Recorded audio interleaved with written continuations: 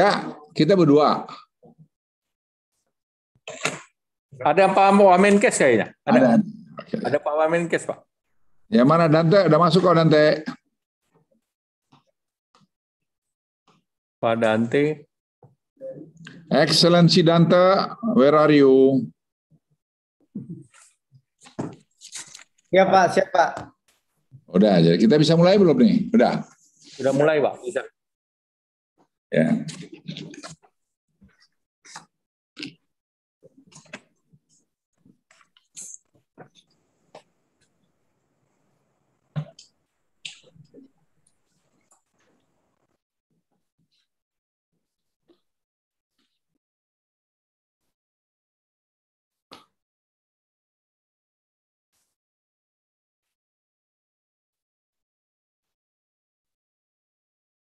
Udah gimana? Bisa mulai? Kita bisa mulai ya. Oke, Assalamualaikum warahmatullahi wabarakatuh. Teman-teman media dan seluruh masyarakat Indonesia yang saya cintai, izinkan saya bersama Pak Airlangga, Pak Dante menyampaikan perkembangan informasi dari penanganan pandemi COVID-19, bagian saya khususnya Jawa Bali ini. Yang pertama, situasi perkembangan COVID-19 di Jawa Bali terus mengalami perbaikan yang cukup berarti. Hal ini ditandai semakin sedikitnya kota kabupaten berada di level 4, di mana pertanggal 5 September 2021 hanya 11 kota kabupaten di Jawa Bali yang ada pada level 4. Dari sebelumnya berjumlah 25 kota kabupaten. Peningkatan yang signifikan ini terjadi pada level 2, di mana jumlah kota kabupaten meningkat dari sebelumnya 27 menjadi 43 kabupaten kota dari wilayah aglomerasi. Juga daerah istimewa Yogyakarta berhasil turun ke level 3. Sementara Bali kami perkirakan butuh waktu 1 minggu lagi untuk turun ke level 3 dari level 4 akibat perawatan pasien di rumah sakit yang masih tinggi. Dan saya sudah komunikasikan juga kepada Gubernur Bali tadi malam untuk kita rame-rame mengatasi masalah ini. Secara keseluruhan, indikator transmisi penyakit yang terdiri dari penambahan kasus konfirmasi, jumlah perawatan pasien yang ada di rumah sakit, dan jumlah kematian terus mengalami perbaikan. Semua ini tentunya adalah sesuatu yang patut kita syukuri yang merupakan buah dari kerja keras kita semua. Apa yang dicapai kita bersama hari ini tentunya bukanlah bentuk euforia yang harus dirayakan. Kelengahan sekecil apapun yang kita lakukan ujungnya akan terjadi peningkatan kasus dalam beberapa minggu ke depan. Ini adalah sesuatu yang harus kita hindari. Seperti yang terjadi beberapa hari yang lalu di restoran kafe di wilayah Jakarta yang tidak patuh pada protokol kesehatan. Hingga pada akhirnya harus dilakukan tindakan penutupan selama 3 hari ke depan. Kami juga masih melihat banyaknya restoran kafe yang masih belum menerapkan penggunaan aplikasi Peduli Lindungi. Padahal ini semua adalah untuk keamanan kita bersama. Bapak Presiden dalam rapat kabinet terbatas tadi siang menekankan bahwa COVID-19 tidak akan hilang dalam waktu yang singkat dan kita perlu menyiapkan diri untuk hidup bersama COVID-19. Karena COVID-19 ini akan berubah dari pandemik ke pandemik.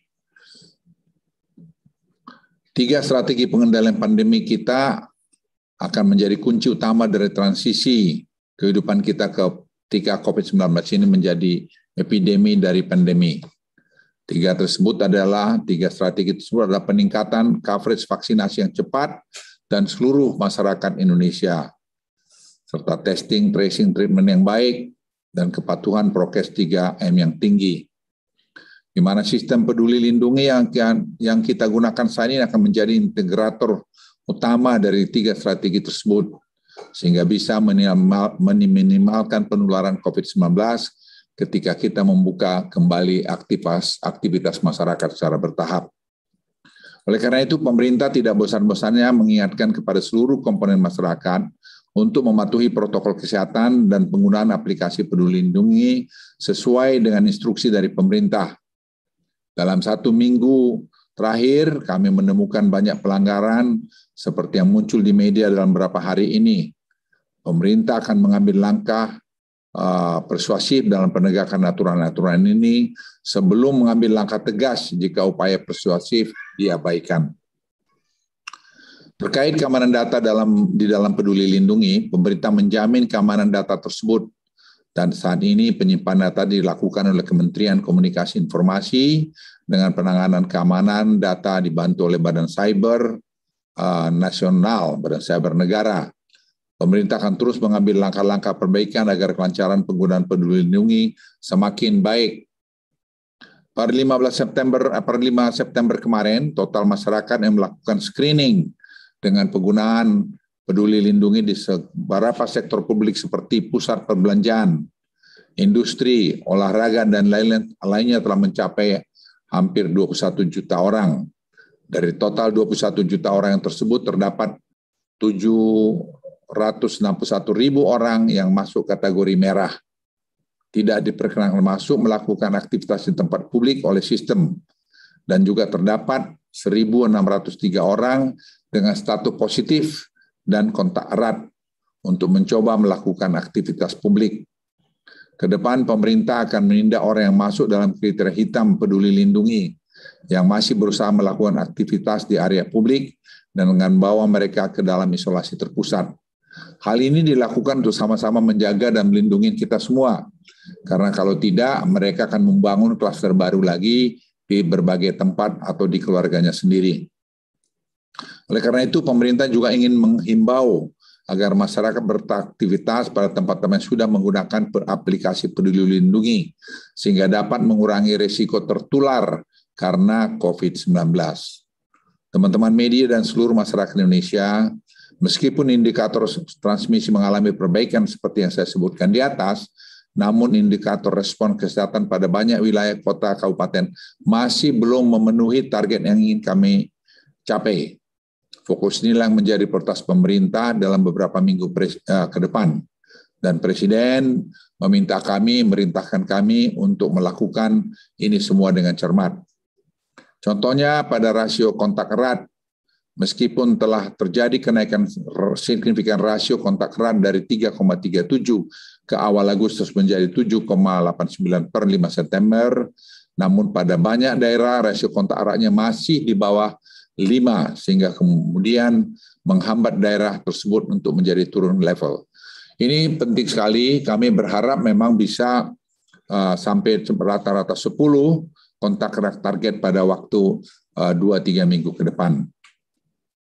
Seiring dengan kondisi situasi COVID-19 yang makin baik, serta implementasi protokol kesehatan dan penggunaan Peduli Lindungi yang terus berjalan, ada beberapa penyesuaian aktivitas masyarakat yang bisa dilakukan dalam periode 7-13 September ini. Yang pertama, penyesuaian waktu makan atau dine-in dalam mal menjadi 60 menit dengan kapasitas 50%. Akan dilakukan uji coba pembukaan 20 tempat wisata di kota dengan level 3 dengan penerapan protokol kesehatan yang ketat dan implementasi platform Peduli Lindungi. Serta kabupaten kota level 2 juga akan diwajibkan menggunakan Peduli Lindungi pada tempat-tempat wisata yang sudah diperbolehkan buka. Kami akan melakukan uji coba protokol kesehatan dan Peduli Lindungi untuk mal dan pusat perbelanjaan di Bali dengan batasan-batasan tertentu. Pandemi telah mengajar kepada kita semuanya untuk mencari titik keseimbangan antara gas dan rem, seperti yang selalu disampaikan oleh Presiden. Keseimbangan antara kepentingan kesehatan dan perekonomian harus disikapi secara teliti dan hati-hati. Dalam mengambil keputusan, pemerintah harus terus merujuk kepada data, serta kepada ilmu pengetahuan dan teknologi terbaru. Eksekusinya juga dilakukan secara bertahap, bertingkat, dan berlanjut. Dan tidak ada yang kita kerjakan tidak terpadu. Ini saya mohon para pemirsa, rakyat Indonesia juga paham bahwa Presiden ingin jangan naik lagi COVID ini. Di akhir kata, saya juga tentu tidak bosan mengajak agar kita semua menjadikan doa sekaligus berupaya untuk tidak lengah dalam penerapan protokol kesehatan. Dan selanjutnya, semoga Tuhan Yang Maha Kuasa selalu memberikan kesehatan, kekuatan, dan meridai, serta memberikan kemudahan kita semua, agar kita semua dapat keluar dari pandemi COVID-19 ini. Dan kita jangan pernah jumawa bahwa kita seolah-olah sudah selesai mengatasi ini. Perjalanan masih panjang. kita harus bisa melalui rintangan-rintangan ini bila kita semua disiplin. Terima kasih. Wassalamualaikum warahmatullahi wabarakatuh. Dan selanjutnya saya persilakan Menko Perekonomian Pak Airlangga untuk menyampaikan. Terima kasih Pak Menko Marinvest, Pak Luhut, Wamen Kesehatan, Pak Dante, beserta masyarakat Indonesia yang saya banggakan dan cintai, serta teman-teman media cetak maupun elektronik. Saya akan melanjutkan apa yang disampaikan oleh Pak Menko Marinvest, bahwa evaluasi PPKM di luar Jawa ini dilakukan setiap 2 pekan, perpanjangannya setiap 2 pekan, dan tentu evaluasinya juga dilakukan setiap minggu.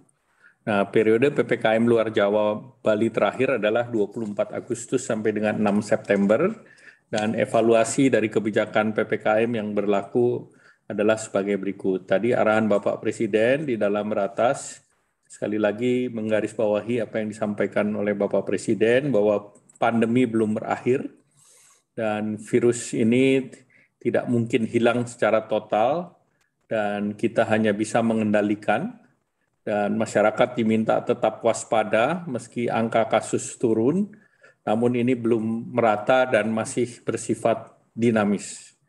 Kemudian Bapak Presiden meminta akselerasi vaksinasi menjadi fokus utama, dan juga diberikan prioritas kepada 5 kabupaten kota di tempat akan diselenggarakannya PON, di mana untuk itu Dinkes, TNI, Polri perlu dikerahkan.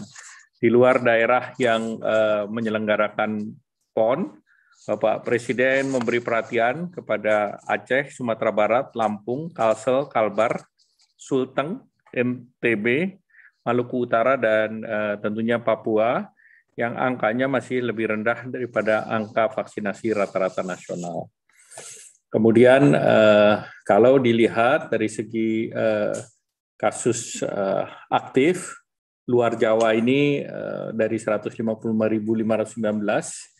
ini luar Jawa kontribusinya 60%, dan kasus aktif di luar Jawa Bali menurun, dan penurunan tertinggi di Nusa Tenggara minus 73,76%. Dari segi kesembuhan di luar Jawa Bali 90%, sedikit di bawah nasional yang 92,94%. Kemudian kasus kematian di luar Jawa Bali 2,99%, di bawah standar nasional yang sedikit lebih baik, yaitu 3,29%.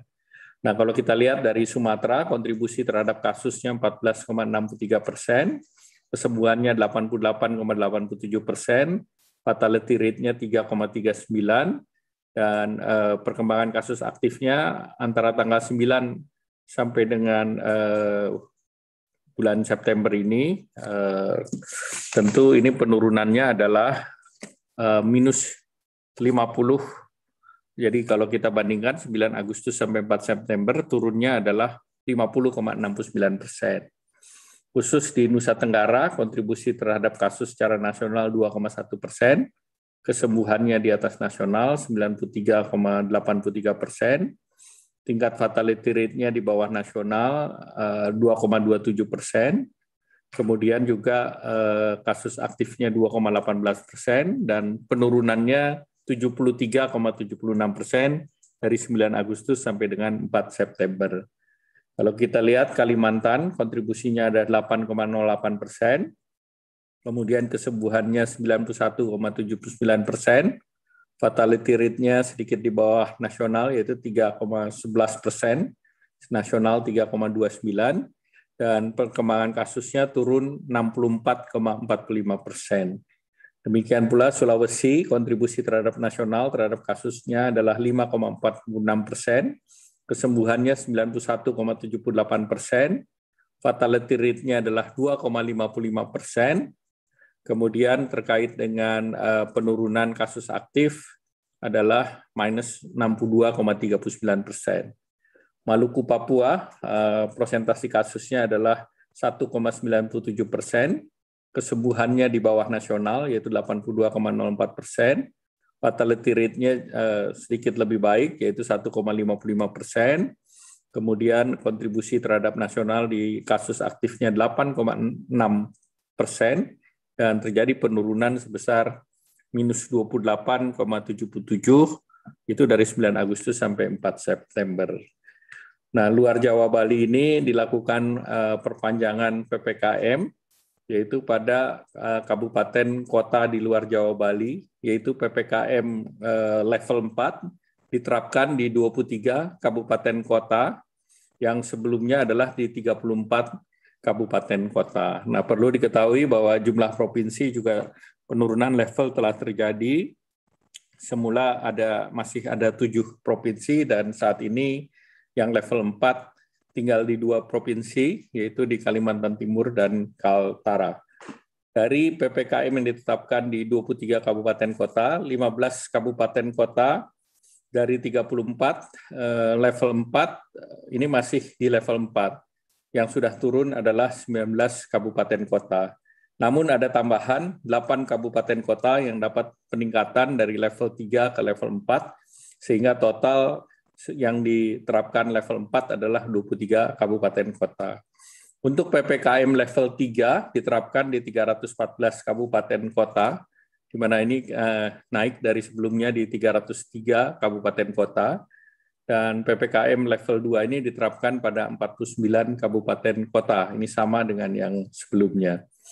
Nah, pemerintah memutuskan untuk perpanjangan 7-20 ini di Aceh di 3 kota, yaitu di Banda Aceh, Aceh Tamiang, Aceh Besar, Jambi di kota Jambi, Kalimantan Selatan di kota Banjarbaru, kota Banjarmasin, kemudian di Kota Baru, Kalimantan Tengah di kota Palangkaraya, Kalimantan Timur di kota Balikpapan, Kutai Kartanegara, dan Mahakam Hulu, Kalimantan Utara di kota Tarakan, Bangka Belitung di Bangka, Sulawesi Selatan di Makassar, kemudian juga Sulawesi Tengah di kota Palu dan Poso, Sumatera Barat di kota Padang, kota Medan, kota Sibolga, dan Mandailing Natal, kemudian juga NTT di Kupang, Bolangondo, dan Manokwari.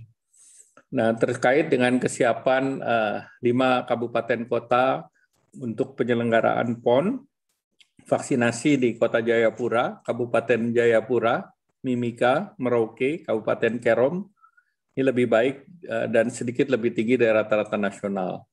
Kasus aktif mengalami kenaikan, tetapi diindikasikan 81% perlu statusnya diperbaiki setelah 21 hari. Kalau kita lihat Kota Jayapura, vaksinasi dosis pertamanya sudah 51%, Kabupaten Jayapura 48,39%, Mimika 50,60%, Merauke 55,58%, dan Kerom di 33,73%. Nah, khusus untuk di luar Jawa juga dicoba aplikasi Peduli Lindungi untuk kabupaten kota yang telah mencapai 50% vaksinasi dosis pertama, yaitu 1 di Kota Banda Aceh, itu sudah 58,47%, Kota Jambi 65%, Kota Kupang 61%, Palangkaraya 58%, dan Batam 83%. Nah, Peduli Lindungi ini digunakan untuk venue check-in di beberapa kegiatan, entah itu di mal, di kegiatan-kegiatan yang membutuhkan ataupun masuk dalam kegiatan yang terkait dengan fasilitas-fasilitas umum. Nah, selanjutnya dapat kami sampaikan bahwa bantuan tunai untuk PKL, warung, ataupun warteg, ini kepada 1 juta PKL dan pemilik warung yang diberikan dana 1,2 juta melalui TNI Polri, ini akan segera dijalankan, dan ini adalah bukan penerima BPUM dan lokasi usaha di PPKM level 3 dan 4. Nah, ini akan segera dijalankan karena seluruh regulasinya telah lengkap.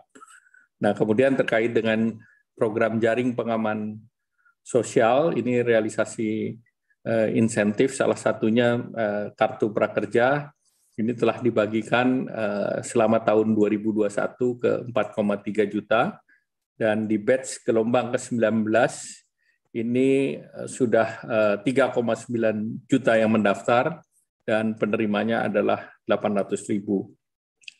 Selanjutnya, sekali lagi sesuai arahan Bapak Presiden bahwa ini dapat terjadi penanganan ini secara baik, koordinasi pemerintah pusat, pemerintah daerah, gubernur, beserta Forkominda, bupati, wali kota, beserta Satgas COVID dan TNI Polri, dan tentu saja mengapresiasi partisipasi dari masyarakat untuk terus menjalankan protokol kesehatan, menggunakan masker, 3M maupun yang dilakukan oleh Satgas dalam penanganan 3T dan tentunya vaksinasi. Dan harapannya tentu masyarakat bisa untuk mendorong agar vaksinasi ini bisa terus berlangsung hingga sebagian besar dari penduduk kita, sebagian masyarakat bisa tervaksinasi dosis pertama, dan harapannya tentu di bulan Desember nanti sudah mendekati 208 juta penduduk yang sudah tervaksinasi. Sekali lagi kami mengucapkan terima kasih atas seluruh kerjasama dengan seluruh stakeholder atau pemangku kepentingan, demikian pula dengan teman-teman dari media cetak maupun media elektronik. Demikian kami kembalikan pada Pak Menko Marifest. Wassalamualaikum warahmatullahi wabarakatuh. Terima kasih Pak Airlangga. Saya pikir sudah dijelaskan oleh Pak Airlangga. Saya persilakan Wakil Menteri Kesehatan, Pak Dante, silakan. Terima kasih Pak Menko Marifest, Pak Menko Perekonomian, serta seluruh rakyat Indonesia yang saya banggakan. Untuk melengkapi presentasi apa yang ingin saya sampaikan, saya izin untuk melakukan share screen sebentar, bahwa kita sudah melewati masa puncak kasus konfirmasi, kasus perawatan di rumah sakit, dan kematian di rumah sakit untuk beberapa eskalasi beberapa waktu yang lalu. Saat ini, tetapi di negara-negara tetangga kita, eskalasi itu masih terjadi. Di Malaysia masih terjadi terus kasus eskalasi, di Filipina masih terus terjadi, di Vietnam masih terus terjadi, sedangkan kita sudah mulai menurun. Apa yang perlu kita tindak lanjuti dari peristiwa ini adalah bahwa menurunnya kasus yang ada di tempat kita bukan membuat kita menjadi terlena seperti pesan Bapak Presiden, akan tetapi inilah saatnya kita melakukan penguatan terhadap ketahanan medis. Ketahanan medis itu dipentingkan karena beberapa kasus itu terjadi juga peningkatan di beberapa tempat. Di Amerika Serikat, di Inggris dan Israel, di mana di Amerika Serikat angka vaksinasinya sudah sedemikian baik hingga 52%, di Inggris 63%, di Israel 63%, terjadi lagi kenaikan kasus tersebut. Ini disebabkan karena abai protokol kesehatan yang selama ini diabaikan karena merasa sudah dilakukan vaksinasi. Jadi vaksinasi bukan satu-satunya game changer, tetapi merupakan salah satu komponen yang penting untuk dilakukan, tetapi penting adalah protokol masyarakat. Setiap kali terjadi kenaikan mobilitas masyarakat, selalu disertai dengan peningkatan kasus tersebut. Yang harus kita hati-hati adalah peningkatan kasus akibat aktivitas yang meningkat yang mungkin akan terjadi menghadapi libur peringatan Maulid Nabi yang nanti akan ada di bulan depan. Nah, kita mesti berhati-hati karena setiap kali peningkatan mobilitas selalu disertai dengan peningkatan kasus tersebut. Dari berbagai macam strategi penanganan yang perlu dilanjutkan, maka yang paling penting adalah tes epidemiologi, kemudian rasio kontak erat yang dilacak, dan percepatan vaksinasi pada saat kita sekarang sudah melalui masa-masa sulit di mana eskalasinya kemarin itu sudah semakin tinggi dan sekarang sudah semakin baik. Karena itu implementasi PPKM di level 1 sampai 4 tentu harus tetap dilakukan dan ditetapkan, serta pemanfaatan teknologi digital dalam implementasi protokol kesehatan terus harus dilakukan. Bagaimana protokol kesehatan tersebut dilakukan dengan metode digital? Kita sudah mempunyai Peduli Lindungi. Dengan Peduli Lindungi ini masyarakat dipantau, kemudian dimitigasi, serta dievaluasi status mobilisasinya. Ada 4 kriteria hijau, kuning, merah, dan hitam. Kriteria hitam ini adalah mereka yang kasus positif dan kontak eratnya positif. Ini dilakukan evaluasi agar tidak melakukan penyebaran dan meningkatkan terjadinya kasus tersebut. Kita sudah melakukan penggunaan Peduli Lindungi ini di 6 sektor utama dan segera akan digunakan di beberapa sektor yang lainnya. dari tadi sudah disampaikan oleh Bapak Menko, kita berhasil menjaring kira-kira kasus hitam itu sebanyak 1.625. Jadi 1.625 kasus ini adalah mereka yang tidak diketahui sebelumnya atau sudah diketahui sebelumnya menderita COVID-19 atau kontak erat, tetapi mereka masih berkeliaran di jalan. Itu terutama disebabkan karena mereka terdeteksi di sektor perdagangan, terutama ketika akan masuk mal. Jadi ini penting sekali proteksi dengan melakukan peduli lindungi ini untuk menjaga masyarakat supaya tidak terjadi kontak yang erat. Strategi yang umum harus kita lakukan adalah secara nasional positivity rate kita semakin menurun, sekarang sudah mendekati 6,97% dari rekomendasi 5% dari WHO. Karena itu tracing harus ditingkatkan. Tracing sampai sekarang sudah sampai 7,98%. Kita harapkan kita bisa mencapai tracing ini menjadi sekitar 10 kontak konfirmasi per tracing yang dilakukan. Karena itu positivity rate-nya mengalami tren penurunan secara nasional, sekarang sudah sampai 6,97. Di beberapa daerah sudah mengalami penurunan hingga baik sekali angkanya, tetapi di beberapa daerah masih tinggi. Untuk daerah-daerah yang tinggi ini diharapkan untuk melakukan kegiatan tracing yang lebih optimal ketika kasusnya sudah mulai ringan seperti sekarang ini, sehingga kita menghindari dari lonjakan kasus berikutnya mungkin kali lebih berat. Saya juga ingin menyampaikan isu tentang varian-varian baru. Semakin banyak kasus ini berkembang dan semakin lama pandemi ini berlangsung, maka virus itu akan melakukan modifikasi dan melakukan mutasi. Salah satu mutasi selain varian Delta yang baru saja kita alami, sekarang sudah ada varian Mu. Varian Mu ini terjadi di Kolombia, tetapi kelihatannya berdasarkan yang concern pada varian Mu ini adalah bahwa varian Mu ini secara laboratorium itu mempunyai resistensi terhadap kondisi vaksin. Karena itu diperlukan, tapi dalam konteks laboratorium, tidak dalam konteks epidemiologis. Tetapi penyebarannya tidak sehebat penularan dari varian Delta. Di beberapa tempat di sekitar kita, varian Mu ini belum terdapat. Kita sudah melakukan genome sequencing terhadap 7.000-an orang di seluruh Indonesia dan belum terdeteksi varian Mu. Mudah-mudahan varian Mu ini akan abortif seperti juga varian Lambda beberapa waktu yang lalu di Peru.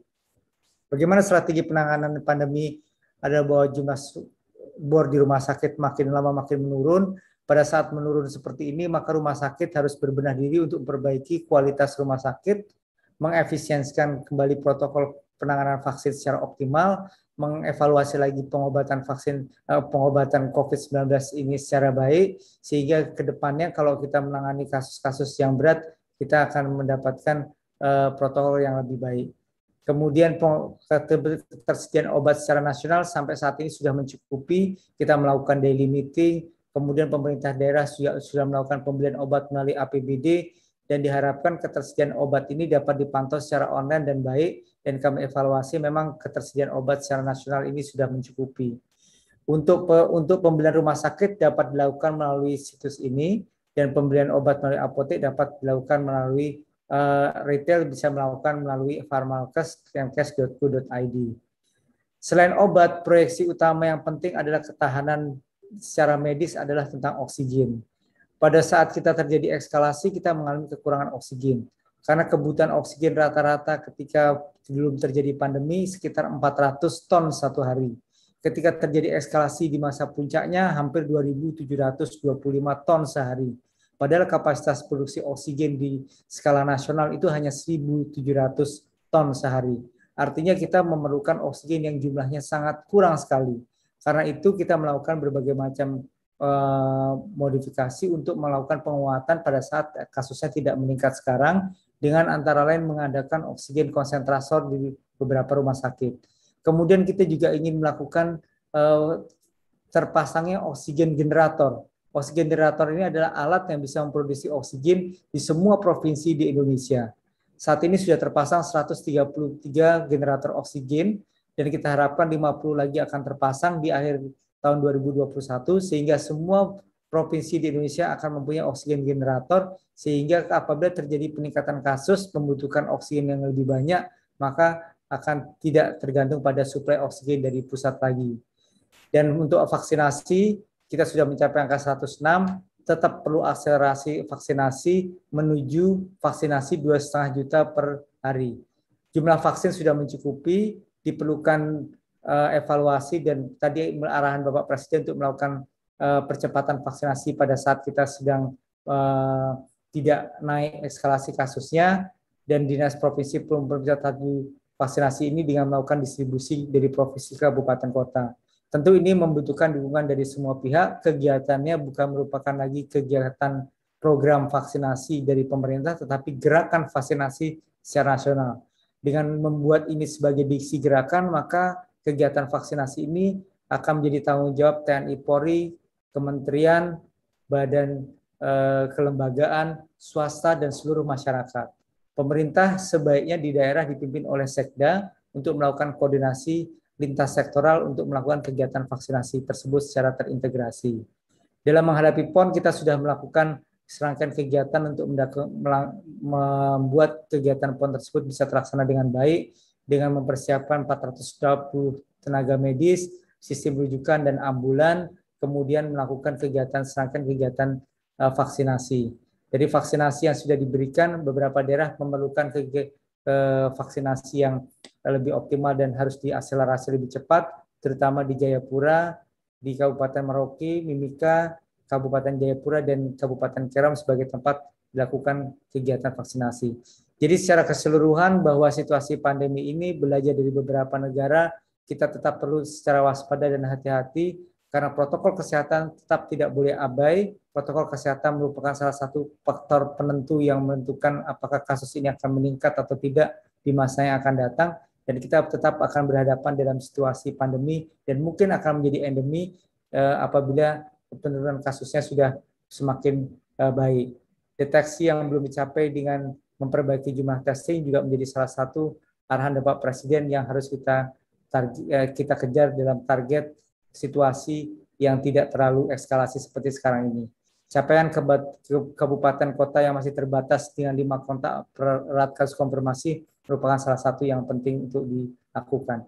Demikian yang bisa saya sampaikan, mudah-mudahan bisa bermanfaat bagi kita semua. Assalamualaikum warahmatullahi wabarakatuh.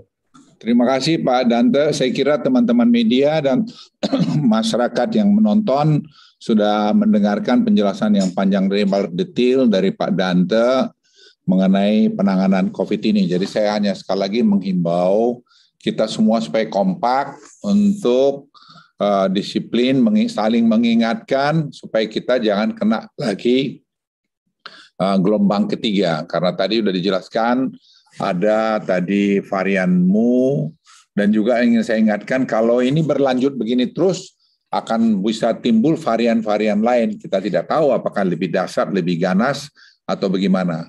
Nah, jadi semua kita harus paham, jangan kita politisasi ini. Kita bicarakan betul-betul ini adalah keselamatan rakyat Indonesia, keselamatan kita semua. Jadi semua harus kompak, ini adalah musuh bersama kita. Itu titipan dari kami. Saya kira itu saja dari kami. Terima kasih atas semua perhatiannya. Mudahan kita semua bisa tambah baik ke depan ini. Sekali lagi, wassalamualaikum warahmatullahi wabarakatuh.